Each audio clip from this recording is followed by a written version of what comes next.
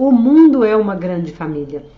E sobre isso que eu vou falar hoje, né? Vocês imaginam que a vida começou há milhões e milhões de anos, há bilhões de anos atrás, com uma bactéria, tá? E depois dessa bactéria, acabou gerando um ser vivo unicelular. E depois, com o tempo, as coisas foram evoluindo e aí apareceram os vírus, apareceram alguns animais que eram bem com uma complexidade muito pequena e dali foram evoluindo. Então pensa que todos nós fazemos parte de uma mesma família. Existe um vídeo que mostra uma pesquisa onde eles pegaram pessoas, 10 pessoas, e foram aprofundando a pesquisa de onde veio cada uma daquelas 10 pessoas. E tinham pessoas que eram rivais de religião, rivais de profissão, rivais em vários sentidos, né? Com preconceitos, né? O branco, o preto, as diferentes raças, né? E aí o que eles chegaram à conclusão? Eles mostraram nessa pesquisa que vários daqueles que estavam ali eram primos. Em algum momento da vida lá atrás, bem remota, as famílias eram as mesmas. E de repente, num determinado momento, por uma determinada razão, essas duas famílias começaram a se dividir. Porém, no fundo, elas vieram da mesma espécie, da mesma raiz. Então, todos nós estamos de alguma forma ligados um com o outro, tá bom? Isso que é o mais importante. Ribeirão Preto, Alê, do Consciência Sistêmica. Hoje meu feijão amanheceu com um broto. Que lindo, Alê! É muito rápido, né? E isso também acontece com as crianças dentro da barriga dos pais, tá? Da mãe, no caso. Porque a rapidez com que um bebê se desenvolve dentro do útero é uma loucura. Ela demora 9 meses para nascer, mas em 3 meses de um ovo, de 2 células que se uniram e viraram uma, e depois ela começa a se multiplicar com metade do DNA de um e metade do DNA do outro, ela em 3 meses tem todos os órgãos, com a complexidade que é o corpo humano, ela tem todos os órgãos prontos, o seu cérebro, coração, fígado, pâncreas, depois eles vão amadurecer, mas a base do órgão fica pronta em 3 meses. Então é realmente uma coisa impressionante. Então, para quem está aqui hoje, que ainda não ouviu essa história, eu digo para fazer uma experiência, que é pegar um grão de feijão, colocar num maço de algodão e todo dia ir molhando, como se você estivesse se gestando novamente e dando para sua criança interna um referencial melhor do que aquele que você teve com seus pais ou com a sua mãe. Tá? Porque às vezes quando a sua mãe engravidou de você, pode ser que ela não estava no momento melhor para engravidar, pode ser que ela tenha pensado em um aborto e acabou não abortando, pode ser que ela passou por uma dificuldade muito grande, perdeu algum familiar. Então tudo isso influencia o bebê que está lá dentro. Então quando você faz um trabalho pessoal de reviver o processo da gravidez através desse elemento intermediário que é a semente, que é o grão de feijão colocado lá no algodão molhadinho, ele vai começar a brotar. E cada etapa desse broto, você deve ir lá e conversar com esse broto como se ele fosse a sua criança interna, tá? E você pode reviver os seus traumas, dando para sua criança um referencial melhor. Então, por que eu expliquei de novo? Porque tem algumas pessoas que entram na live pela primeira vez, né? Tem algumas que já me seguem faz tempo, mas tem gente que entra pela primeira vez. Então essa é a minha dica. E, Ale, eu fico muito feliz de saber que vocês estão realmente utilizando as minhas dicas, ok? A Isabel, o nascimento dela me fez buscar mais consciência. Vi que precisava ser saudável.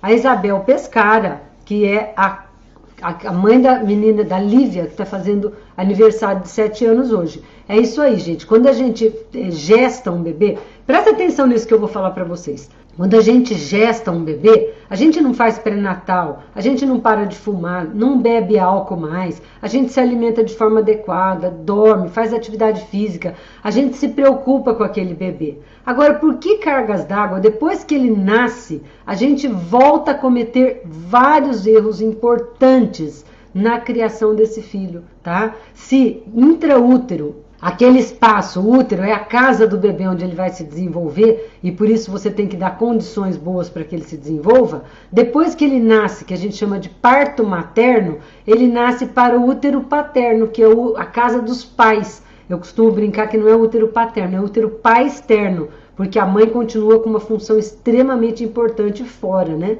E o pai também. Então, nessa gestação fora do útero da mãe, ou seja, no útero do pai, que é a casa dos pais, essa criança precisa também de todas as condições ideais para se desenvolver e virar um ser humano que naturalmente vai embora para a vida dele, ter o sucesso dele, tomar as decisões dele ou dela, né? Tanto profissionais como pessoais. Tá? Então, prepare bem sim a sua filha, para que ela não te dê nenhum tipo de trabalho e que ela também não tenha que sofrer as dificuldades de decidir uma profissão, de ir para a vida e de aprender também a pagar os preços pelas decisões que a pessoa tomou, né? A vida da gente é um campo de probabilidades. Na física quântica, eles estudam muito isso, né? O elétron, ele tem várias probabilidades.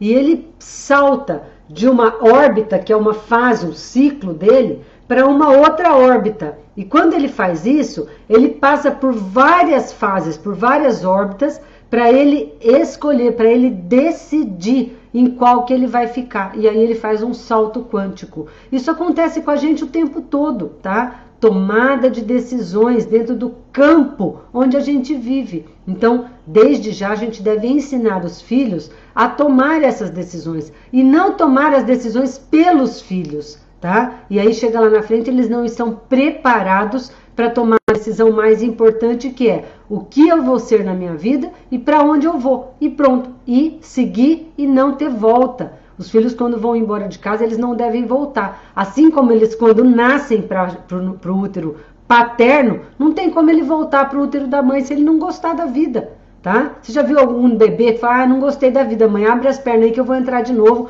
e vou voltar para o teu útero que lá estava mais gostosinho. Não tem essa possibilidade. Aí as pessoas falam assim, ai Carla, mas é meu filho. Qual é o problema? Exatamente porque ao teu filho, faça o que é melhor para ele. Às vezes a gente não dá antibióticos, injeção quando a criança está doente. São coisas ruins, são coisas que doem, são coisas que dão desconforto. Mas você está fazendo porque sabe que aquilo vai curar o seu filho. Então faça a mesma coisa em relação a mandar o teu filho para a vida e não permitir que ele volte, tá? E que ele saiba desde muito novinho que é uma via de mão única. Uma vez que você vai, você não volta. Volta para passear, para visitar, mas não para morar com os pais, não para voltar a ser filho dos pais, tá? Ele, quando vai embora, ele já é um adulto, ele tem que cuidar da vida dele. E aí, eu tenho 3 filhos. O meu filho mais velho entrou na faculdade de medicina fora de Ribeirão, em Botucatu, quando ele tinha 17 anos. Ai, mas ele é muito novinho para ir. Eu ouvi isso de um monte de gente. Eu falei, não, ele não é novinho, ele está na hora certa de sair. E ele foi, fez faculdade 6 anos em Botucatu, morando na República com os amigos dele, tinha uma namorada, etc. Quando ele terminou a faculdade, ele prestou a prova de residência, tá? E ele prestou tanto em Botucatu quanto aqui em Ribeirão, na USP.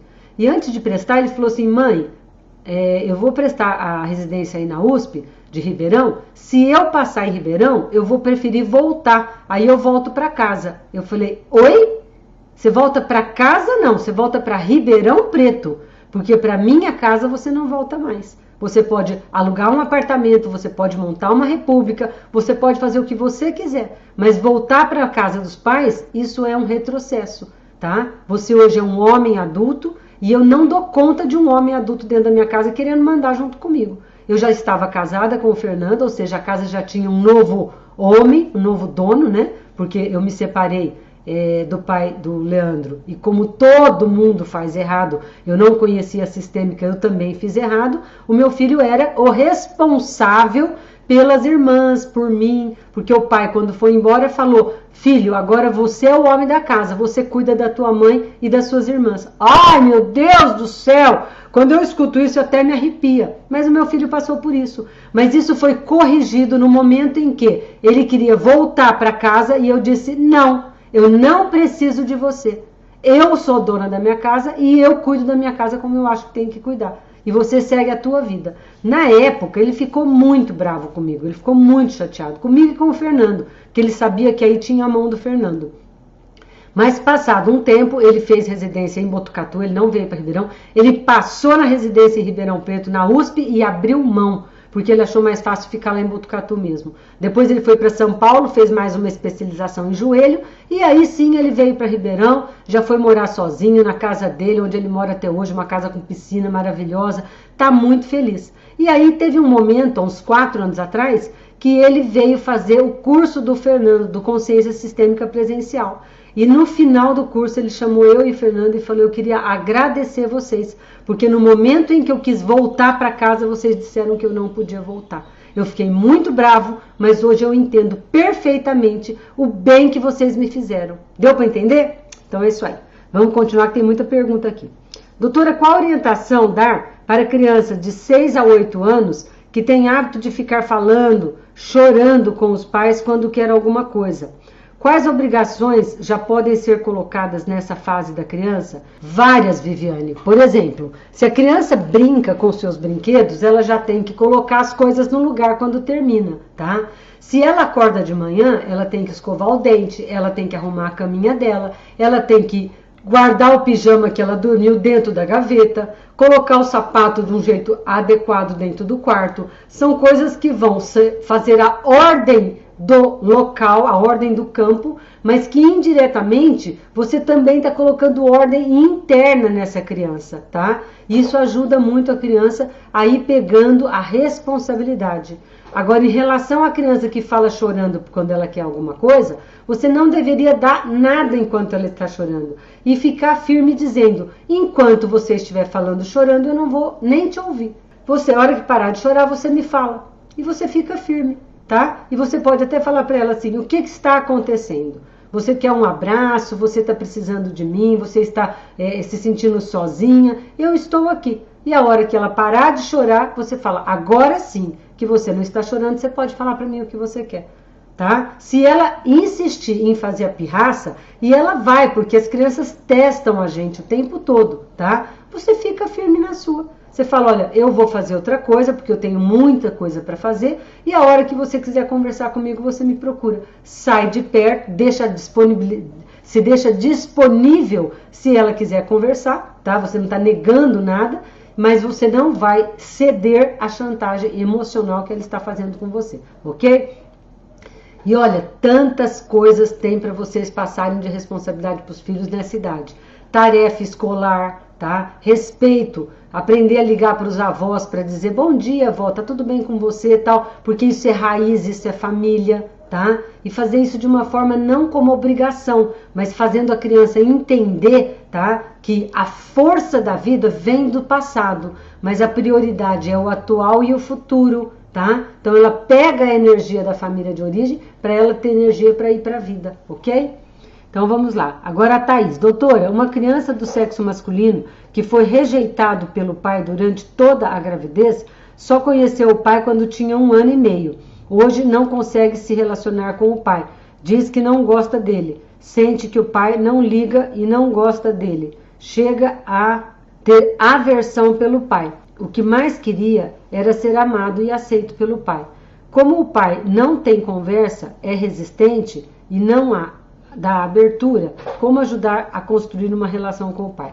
Thaís, lembra que pai e mãe é uma função.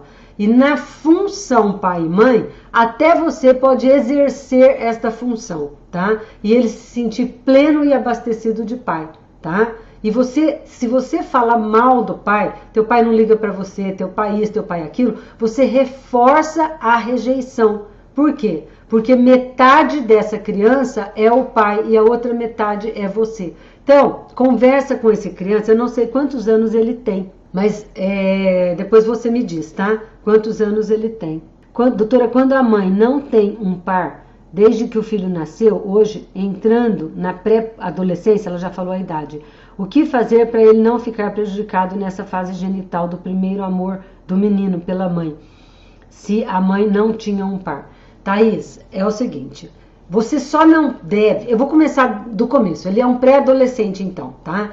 Você pode fazer a função paterna. O que é a função paterna? É o amor da aventura. É aquele que prepara o filho para ir embora para a vida, tá? E se você não for uma mãe que virou a esposa do teu filho e não colocou o teu filho no lugar da pessoa mais importante da sua vida, o amor da sua vida, sem o qual você não vive, isso é o que prejudica a criança de ir para a vida. Então, amor materno é o amor da segurança, é o amor que ensina a criança a se cuidar. Agora você precisa exercer o amor paterno, tá? O pai dele podia ter morrido e ele podia ter um pai maravilhoso dentro dele, mesmo sem nunca ter conhecido o pai, porque a mãe deu para ele um bom referencial. Então dizer para ele, filho, é lindo, quando eu olho para você eu vejo metade do teu pai e metade de mim, e eu amo você por inteiro, tanto o lado que é o teu pai quanto o lado que sou eu, tá? E você aliviar a dor dele, porque se você falar mal do pai dele para ele, você está falando mal de metade dele, e ele também, por fidelidade a você, tá? Ele vai ser fiel à mãe, ele vai odiar esse pai que não assumiu, que não ficou com a mãe, que a mãe tá sozinha até hoje, entendeu? Então, tudo é uma questão de função. Se você exercer a função e falar para ele que aquele homem, tá, que chama fulano de tal, e é o pai dele, né? Biologicamente é o pai dele, que ele tem as suas qualidades e ele tem os seus defeitos, e que o filho deve olhar para o pai com gratidão, porque o que o pai deu para ele foi o suficiente para ele estar na vida hoje, para ele estar vivo, tá? Agora, não deu tudo o que ele queria, tá? Mas pelo menos ele tá aí, tá vivo, e deu para ele a vida, deu para ele metade do que ele é, tá? E explica para ele que cada vez que ele tem raiva do pai, ele tem raiva de metade dele mesmo, tá? Então que ele entenda que aquele homem que um dia gerou essa criança junto com você, ele foi embora, já está indo embora, né? E a função dele, quem está complementando é você, de repente o seu pai, de repente uma figura masculina que ele respeite. Agora, em relação à genitalidade dele, na fase do complexo de Édipo, e daqui a pouco ele tem que passar pelo masculino, para aprender com o masculino a ser um homem, tá?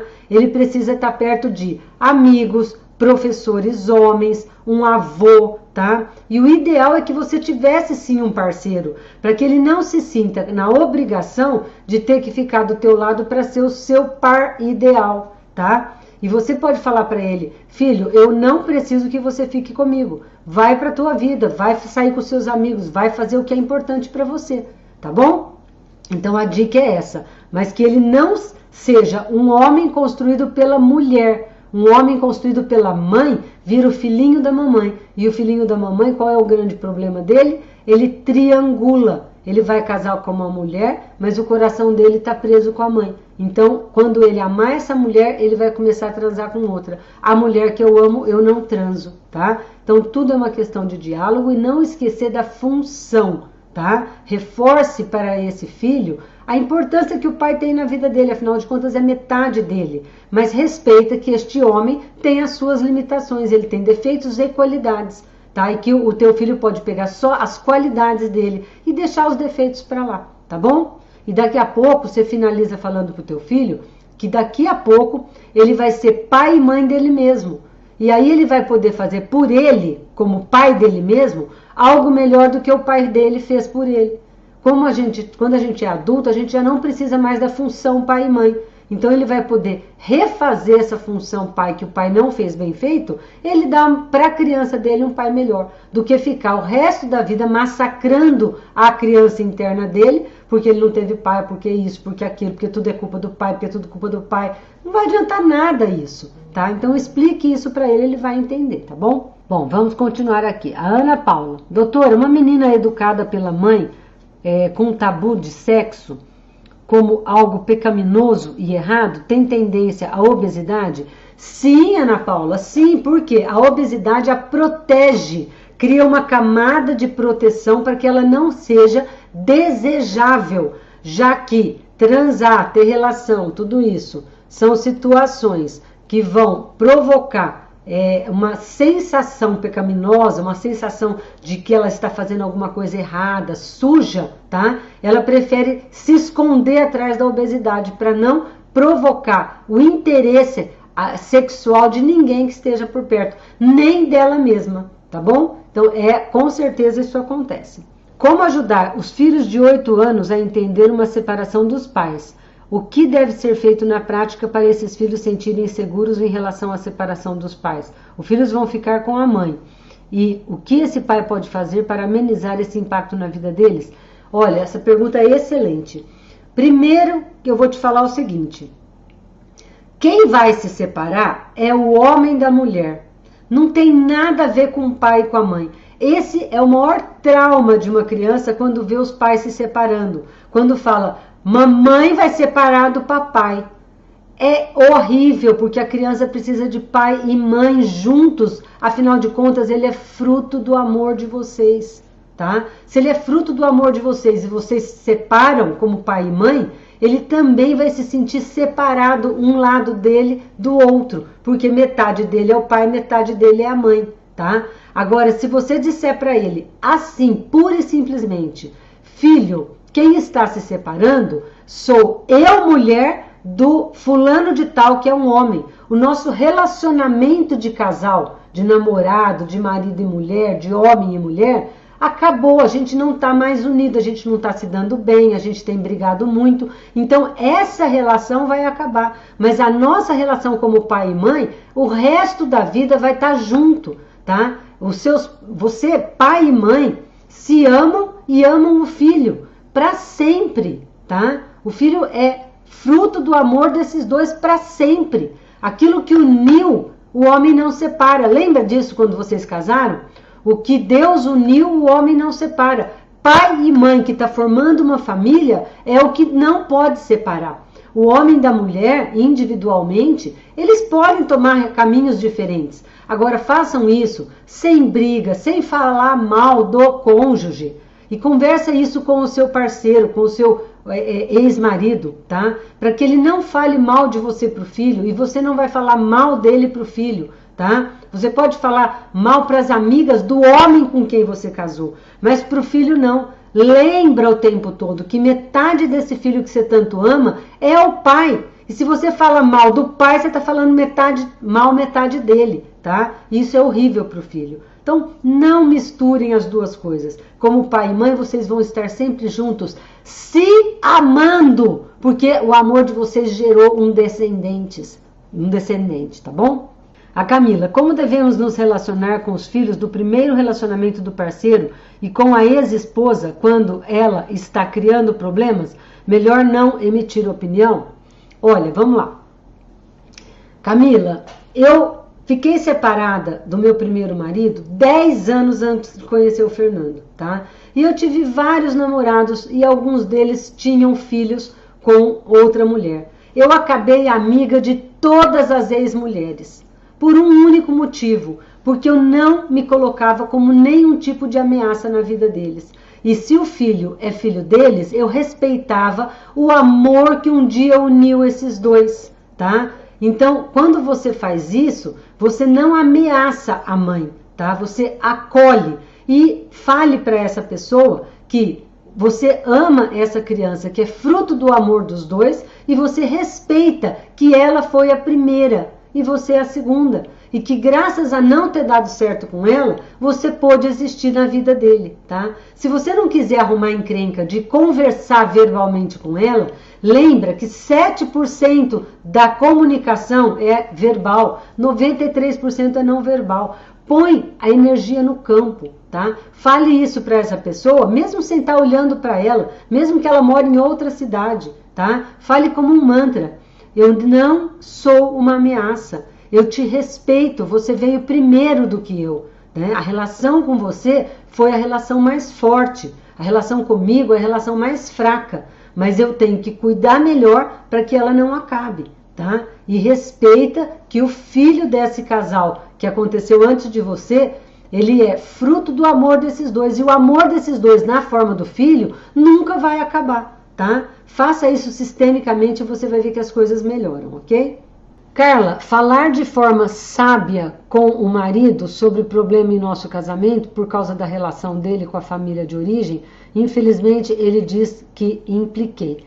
Bom, Eu insisto muito nisso, porque, gente, eu tenho 58 anos, eu casei com 18, tá? Então, eu fiquei 40 anos em relacionamentos. 13 com meu primeiro marido, há 15 eu estou com o Fernando e fiquei aí mais um tempão, uns 10 anos sem estar casada, mas namorando e tendo relacionamento com algumas pessoas. Ou seja, eu te digo que fazer DR não resolve, tá? E lá acusar o outro, você lembra que cada vez que você aponta o dedo pro outro, tem um dedo apontado para você, entendeu? Então a estratégia é conversar com ele e dizer o que ele acha que você poderia melhorar. Quando a gente se coloca, não no papel de acusador, mas a gente abre o campo para o outro olhar para a gente e poder falar para a gente sem se sentir mal, sem se sentir acusada, sem se sentir desprezada, não é por aí, são adultos conversando, tá?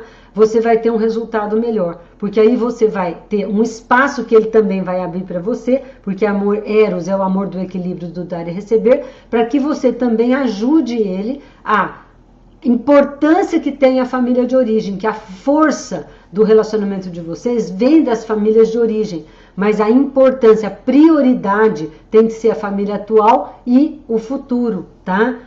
Ele vai assistir os vídeos do Fernando, ou ele vai aceitar isso ou não, não sei, tá? Você pode tentar. Agora, quando você muda e, de novo, utiliza a ferramenta de dar ordem para o universo sem palavras. Se você vai com as palavras, ele já está acostumado a pôr a mão na frente, tá? Vai com a intenção, vai com o olhar, vai com o amor, tá? Em vez de falar mal da família dele, começa a falar bem da família dele. Começa a elogiar quanta coisa boa tem na tua família que a gente vai poder pegar e dar para os nossos filhos, né? Agora, o que é bom a gente pega, o que é ruim a gente deixa. Só isso. E fala da tua família. Sabe que eu acho que tal coisa da minha família também não é legal? Mas tem tal coisa que é legal. Então, as coisas boas eu vou pegar. As coisas ruins, quer saber? Eu vou deixar com eles. Eu não vou carregar tudo, né? Vamos passar para os nossos filhos só a parte boa. Se você fala que vai fazer isso com a sua família, indiretamente você está dando um recado para ele fazer com a dele. É estratégia, tá bom, Gabriela?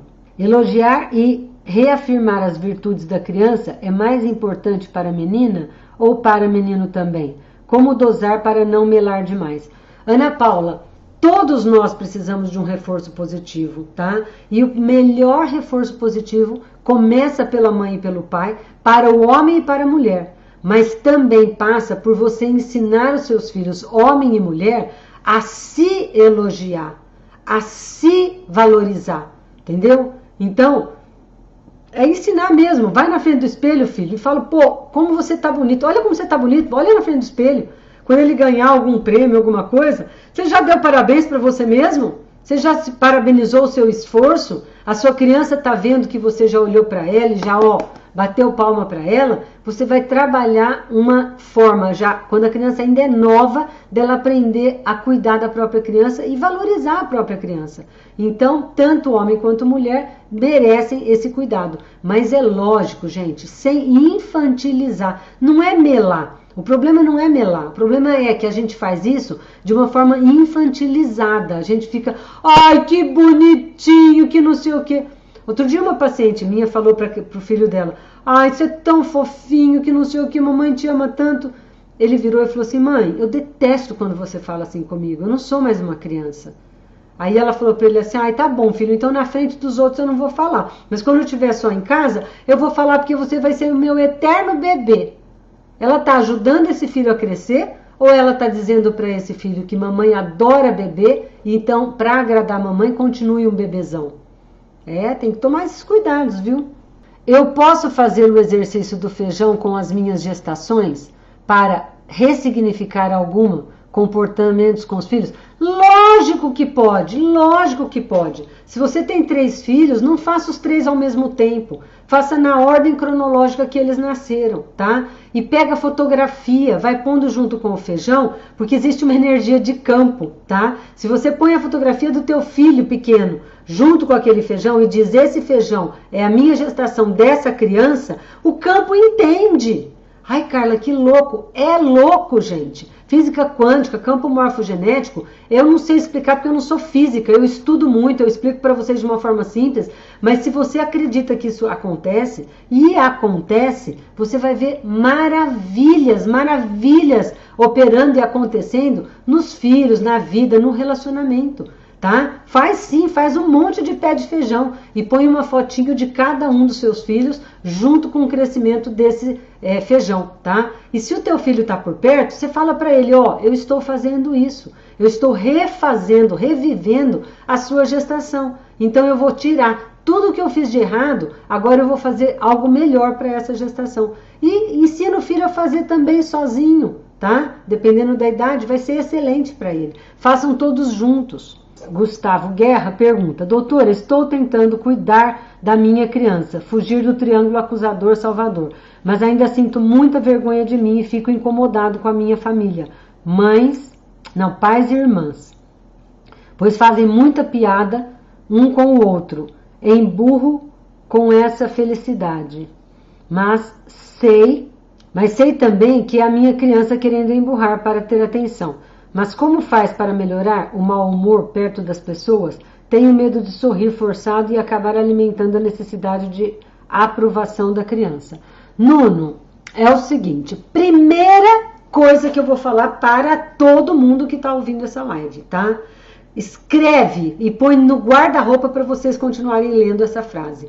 Quem tenta não faz, quem faz não tenta, tá? Todo mundo que fica tentando, não vai resolver, não vai conseguir alcançar o objetivo, tá? Larga a mão de tentar, arregaça as mangas, vai lá e faz, tá? E tomar o controle da tua criança, pegar a direção da mão da tua criança, colocar ela no banco de trás com cinto de segurança, para que ela não fique solta dentro da vida, dentro do carro, tá? E de repente puxa a direção e te faz bater e te faz desfocar do teu objetivo, tá? Isso é quando você para de tentar e você vai para ação, você de fato faz, tá? Então, para você também, Nuno, você refazer essa experiência do feijão no arroz, do feijão no algodão, vai ser muito bom, porque você vai poder internalizar essa criança, amar essa criança do jeito que essa criança é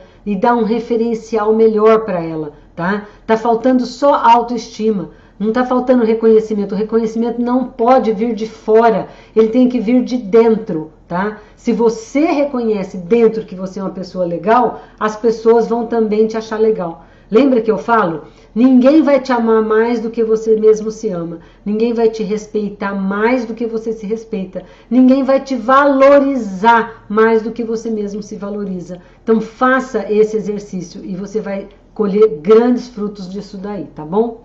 Aproveitando a pergunta do tabu sexual e a obesidade da Ana Paula, quando uma filha presenciou um pai envolvido com pornografias, com vídeo, pornô e muita traição do pai com prostitutas e essa mãe sofrendo em casa, ela pode estar usando a obesidade para camuflar a sua sexualidade, vive fazendo regime e não emagrece de jeito nenhum. Viviane, sim, tá?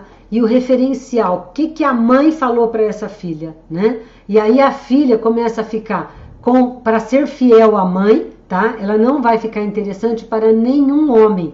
E para não correr o risco do pai partir para cima dela, porque já que ele gosta de pornografia, de prostitutas, ele trai, ele é um homem perigoso, entre aspas, tá?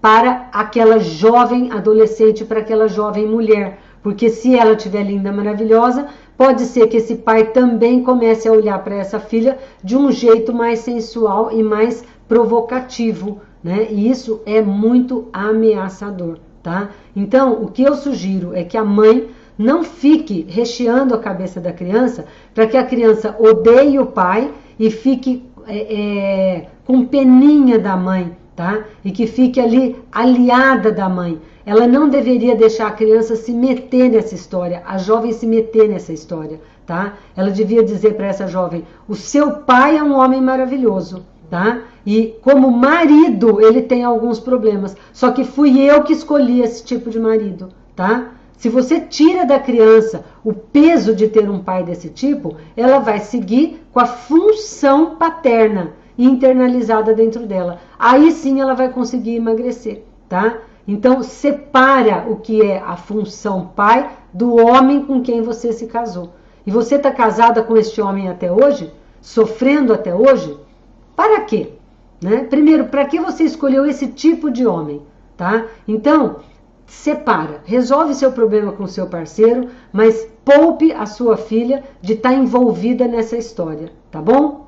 Então eu sugiro até que ela faça uma constelação, porque ao enxergar tudo isso e colocar essas falas sistêmicas, ela vai poder mudar esse referencial, tirar essa camada que a protege, porque hoje ela é adulta, ela pode fazer isso, ela pode dizer, pra cima de mim não. Tá? Então ela não precisa mais da proteção infantil, da gordura, ela vai ter ela adulta cuidando da criança dela e protegendo a criança dela de qualquer coisa que pode vir, não só do marido, não só do pai, quer dizer, mas também dos outros homens, tá bom?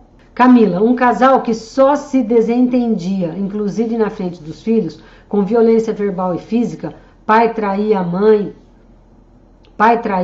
era triste, sem chão, hoje estão separados há 20 anos. O pai às vezes pede auxílio financeiro, mora sozinho. Filhas com 32 e 40 ainda dependem da mãe. O fato do pai não ter liberado para a vida, pois nunca mostrou o exemplo, aliás, ainda pede ajuda para a ex-mulher. Isso tende a influenciar no caso das filhas não terem ido para a vida? Lógico que sim, tá? A função paterna é a que autoriza os filhos a ter sucesso. Se nem ele teve sucesso, se nem ele conseguiu ser feliz, como é que ele vai ajudar essas filhas? Agora, lembra que função paterna pode ser exercida por qualquer um, tá? O pai delas tem uma dificuldade, aquele homem tem uma limitação, tá? Mas a metade delas, que é o pai, não precisa ser aquele homem que tem essas dificuldades. E cabe à mãe fazer essa função paterna. Hoje, com 30 e 40 anos de idade, aí 32 e 40 anos de idade, elas deveriam cada uma ser pai e mãe delas mesmas, tá? E não precisa mais da mãe nem de pagar conta para elas, elas não têm obrigação de cuidar de pai, tá? Elas têm que ser pai e mãe delas mesmas e seguir para a vida delas, tá? A hora que você corta o cordão umbilical, alguém pergunta para os filhos quando eles nascem se já pode cortar, se quer ficar mais um tempinho grudado com a mãe? Não, o filho nasce e é cortado esse cordão umbilical, porque senão o sangue refluxa para a placenta e pode dar uma hemorragia na mãe. Na vida é a mesma coisa. Se você não empurrar esses filhos para a vida e cortar esse cordão, o sangue, a energia de vida deles vai refluxar para você, que é a grande poderosa, a grande potente. Então, sente com as suas filhas e coloca para elas se estruturarem, se organizarem, porque a partir de tal tempo eu não vou mais ajudar vocês. Vocês já são adultas e devem seguir para a vida de vocês, tá bom? Agora, nesse caso, também uma constelação ajuda bastante, tá? Endometriose e tireoidite e tireoide de Hashimoto pode ter relação com uma com a outra? Endometriose tem a ver com maternagem. Quando você quer destruir a sua capacidade de gerar filhos, tá? Você desenvolve endometriose. E de onde vem isso? Vem lá da maternagem que a tua mãe passou para você. Isso é a raiz da endometriose, tá? A tireoide, ela é uma glândula que tem função de fabricar o hormônio tireoidiano, que é aquele que nos dá a capacidade de metabolizar, de ser dinâmica, de trabalhar, de fazer as coisas, de fazer a digestão. Tudo isso é do hormônio tireoidiano. Então, se você tem tireoidite de Hashimoto, é uma doença autoimune, onde você começa os seus anticorpos a destruir a sua tireoide. Destruindo a sua tireoide, o que ela vai fazer? Vai tirar a tua energia, você vai ter dificuldade de metabolização. Então você vai ser aquela pessoa mais lenta, mais devagar, sonolenta, que qualquer coisa que come já engorda, não consegue queimar essas calorias. Dependendo da tua história de vida, tá? Quem que perguntou isso? Espera aí. Não, foi aqui a Nívia. Dependendo da tua história de vida, é possível sim fazer uma conexão dessas duas. Mas sem saber a sua história da vida, eu vou estar inventando aqui, tentando fazer essa conexão com as duas, tá? As doenças, elas mostram pra gente onde foi a raiz do problema, qual foi o trauma que aconteceu lá atrás. Agora, o que aconteceu hoje com você, para eu juntar essas duas, aí eu teria que conversar realmente um pouco mais profundo sobre o que é o seu problema. A Jussara disse, minha filha tem 17 anos e é super baguncenta. Jussara, se ela está baguncenta, é porque internamente existe uma bagunça dentro dela, tá? Então, como uma mulher, porque a tua filha vai aprender a ser mulher com a mãe, tá? E o filho homem vai aprender a ser pai com o filho, homem com o pai. Então, você deve sentar com a tua filha e tentar descobrir junto com ela de onde vem essa bagunça interna, o que está acontecendo, tá? Então, vai com ela, faz uma regressão junto com ela, pega fotos dela em diferentes fases da vida e conversa com ela sobre o que ela lembra de tudo isso, como isso afetou a vida da tua filha, tá? E aí, parte por parte, fase por fase, que você vai puxar essas fotos, você pode fazer um fechamento e organizando internamente os traumas que ela tem. E isso automaticamente vai fazer ela se tornar uma pessoa mais ordeira, tá? Vamos lá, Mara. Bom dia, doutora Carla. Qual a relação de um adulto que diz não gostar de assistir filme de suspense, terror? Esta atitude é um trauma de criança e de que forma ajudar? Bom, pode sim, pode ser, né? Pode ser que para conseguir o que ela queria, a mãe queria dela quando ela era criança, a mãe fazia algum tipo de terror, ameaçava, olha o que vai acontecer se você fizer isso, né? Então isso pode ficar marcado e a criança toda vez que assiste um filme de terror, ela se sente desconfortável, tá? O que você pode fazer nesse sentido é conversar com essa pessoa ou fazer com que ela converse com a criança dela. E ela pode dizer para a criança dela, não precisa ter medo de filme de terror, porque aquilo lá é apenas um setting de filmagem. Aquilo lá não é uma coisa real. E se esse medo está causando para ela essa paura, é alguma coisa interna, é um medo interno, é um trauma pessoal, onde ela tem dentro dela esses fantasmas todos. Agora, o filme, gente, é apenas um setting de filmagem. Se ela conseguir conversar com a criança dela dizendo isso, querida criança, nós vamos assistir um filme, e não se esqueça que esse filme é apenas uma filmagem, tá? Eu estou aqui do teu lado e você não precisa reviver os seus traumas. Isso é como você pode ajudar, tá bom? Bom dia, Carla. Como uma mulher na menopausa que faz modulação hormonal, mas continua com calorões e insônia, pode ter relação com problema na infância com a mãe? Sim, pode, tá? Se a mãe não autorizou você a ser uma mulher, tá? Você, quando volta quando a gente entra na menopausa, a gente está na maturidade do feminino. Porém, o hormônio que nos faz ser mulher fisiologicamente, tá? Eles vão indo embora, tá? Então é um conflito entre você continuar sendo mulher, apesar de não ter o estímulo hormonal, e você deixar de ser mulher porque não tem o estímulo hormonal, tá? Tudo isso tem a ver com a sua mãe ter gostado ou não de ser mulher, de ter gerado filhos, de ter passado também por essa fase da menopausa, tá? Então, tem muita relação. Um beijo.